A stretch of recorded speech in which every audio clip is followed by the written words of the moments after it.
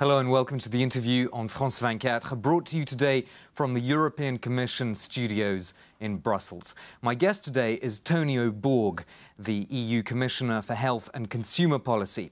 He's a former Interior and Foreign Minister of Malta, and he was appointed to this job in late November. Barely 3 months into it, he has a major food scandal on his hands.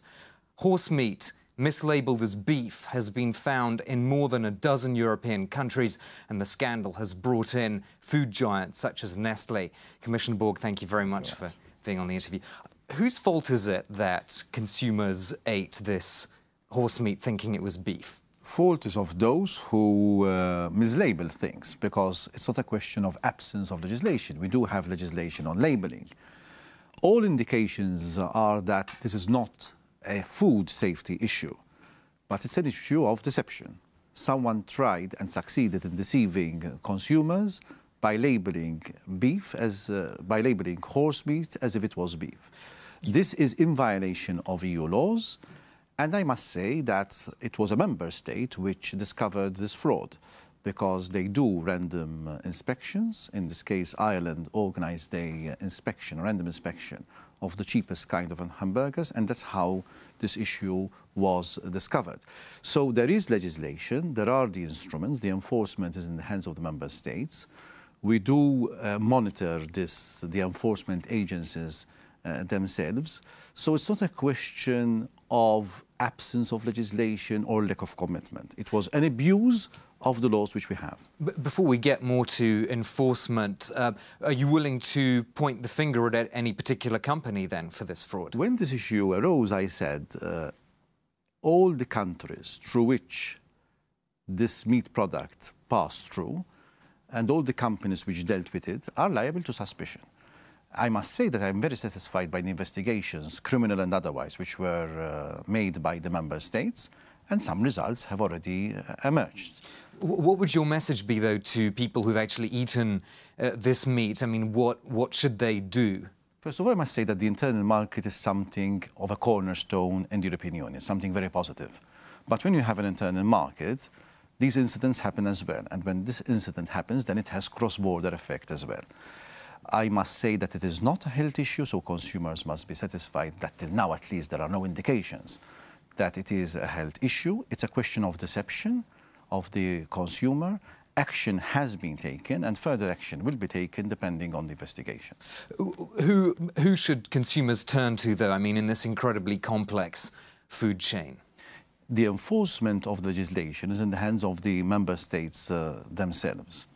What I would like to convey as a message is that the Commission, at the behest of member states, convened a meeting, and certain actions were proposed regarding further enforcement, which have been approved by the member states, which would mean increased inspection as regards the animal species of meat products. So it's all in the hands of the food standards agencies of the individual states?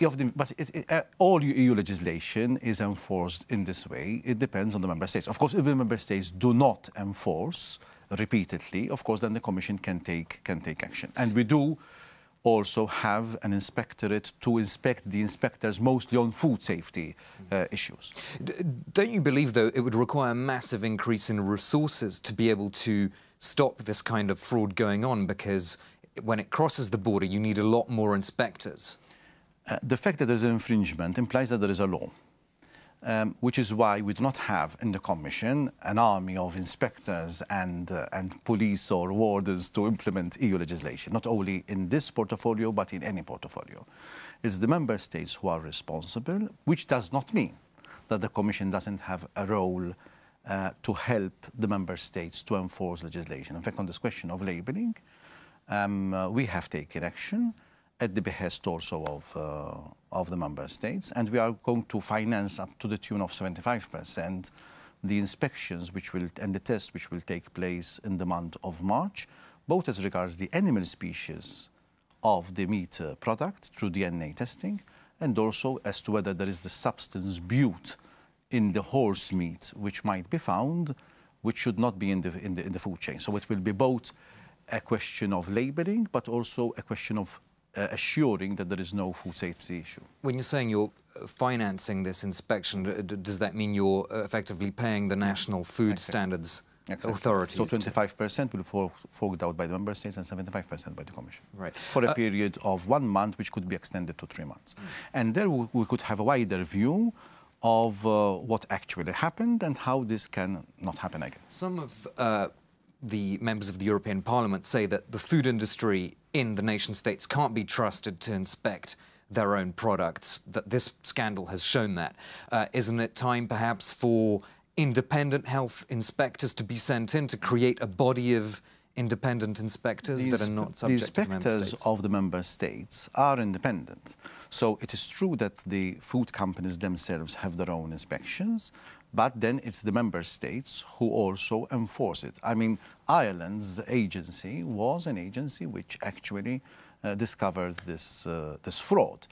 And then there's the Commission to inspect the inspectors and to see that the inspection system works well as well and to assist the member states in this enforcement. But the fact that the law has been infringed doesn't mean that it is not being enforced. I mean, the same way as the law against robbery is infringed every day. It doesn't mean that it's a bad law or that it is not enforced enough.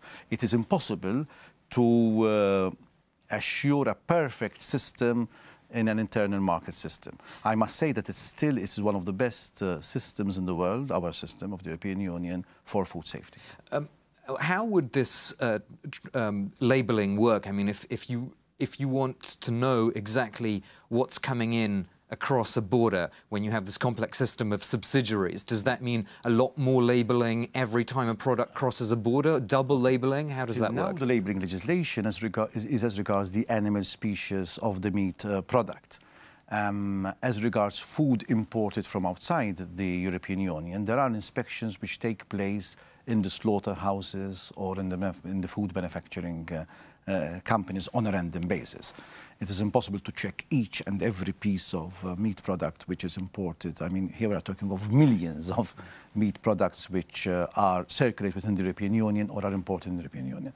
But it's a good inspection system, which doesn't mean that every now and then we don't have incidents of this kind.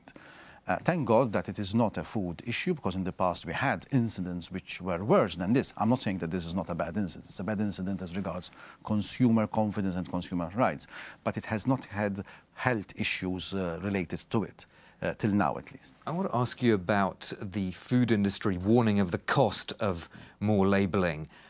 Presumably they'll be putting pressure on the European Commission to keep costs down. Now, on the labelling, we already have satisfactory legislation. The question of enforcement is another thing, but on legislation it's satisfactory. On labelling, that you need labelling on the animal species. Then there's another issue which has also been discussed recently as to whether one should have labelling for the place of origin on the meat product, which is totally unrelated to this incident, because this incident would have happened even if we had legislation in place as regards the place of origin. In other words, if the meat had come in from outside the EU? Or from which country inside the European Union did it originate from. So the priority is actually to clear things up within the internal market rather than looking at outside? Exactly. No. Even as regards meat products imported from outside, the testing which I referred to, which is being financed by the Commission, would cover also a 30% as regards meat products coming from outside the European Union as well. What I was referring to is a movement or a proposal which the Commission is discussing as to whether, besides the animal species testing and labelling, there should be also a labelling of place of origin. Now, this applies to fresh beef today. It will, in the very near future, extend to other fresh meat products. The question is, should it be extended to all kinds of meat products, even processed foods? And here we are waiting for an impact assessment study report, which will be out by the end of summer, I hope, so that we'll see whether we should propose legislation in this regard, after consulting all the stakeholders, NGOs, and even the industry as well. That will be an expensive process, presumably. But this, now there is a movement. There are those in favor, even amongst the member states, there are those in favor and against. But this question is completely unrelated to this incident. Even if we had the place of origin legislation in place, this was a question of labelling, false labelling of the ingredients. So it would have taken place just the same. I understand. I do have a question for you about the the role of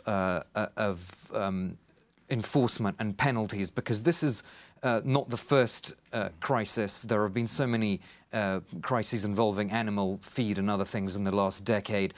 It suggests that penalties are just not serious enough to deter companies from infringement. When it's a directive, usually the Commission directs in the directive, which is approved then by Parliament and by the Council, that appropriate criminal sanctions or other sanctions have to be in place. Then it's up to the Member States to interpret that, unless it's a regulation, in which case then it's directly enforceable, and there is no room for manoeuvring in this case. So it's again but down judging to Member from States. what ministers have said, that when they will find the culprits, and it would seem that the culprits now are being found, they would impose harsh sanctions.